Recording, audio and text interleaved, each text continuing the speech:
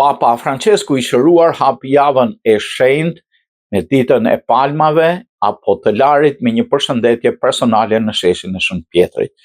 Një Papa Francesk në shërime sipër përshëndeti turmën në sheshin e Shën Pjetrit të dielën e palmave, duke uruar më shumë se 20.000 besimtarë të pranishëm.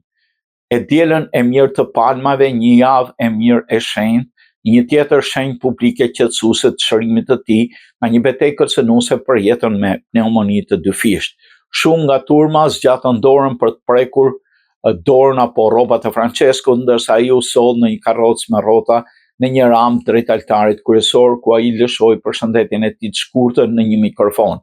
Papa 88 vjeçar nuk kishte veshur tubat e hundës për oksigjen shtesë, siç kishte një paraqitje të ngjashme të dielën e kaluar gjatë kthimit në Bazilikën e Shën Pjetrit, nga ku kishte dalë Francesku ndaloi për të bekuar një ruzare dhe ofroi karamele një djali që e përshëndeti.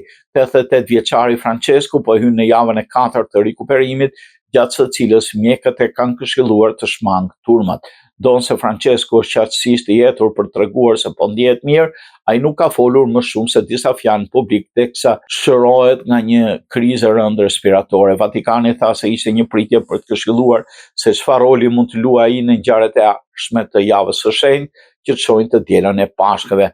Në bekimin tradicional të së dielës, Papa falenderoi besimtarët për lutjet e tyre. Në këtë kohë të dobësive fizike, ato mund ndihmojnë të ndjejë aftësinë dhe dëmshurinë e butësinë e Zotit edhe më shumë. Për javën e 9, duke përfshirë shtrimin e tij 5 javor në spital, duke filluar nga 14 shkurti, bekimi u shpërndas si tekst. Mirëpritja fillestare është në kontrast me vuajtjet që pasojnë, duke çuar deri në kryqëzimin e tij, të cilët krishterët e respektojnë të premtë janë e madhe, duke ndjekur nga ringjallja e tij kremtuar të dielën e Pashkëve. Besimtarët dolën në sheshin e Shën Pjetrit të bekuar, duke mbajtur të gjithë gjethe palme apo deg ulliri për të shënuar këtë rast. Me këtë rast e uroj të gjithë besimtarët katolikë gëzuar të dielën e larit.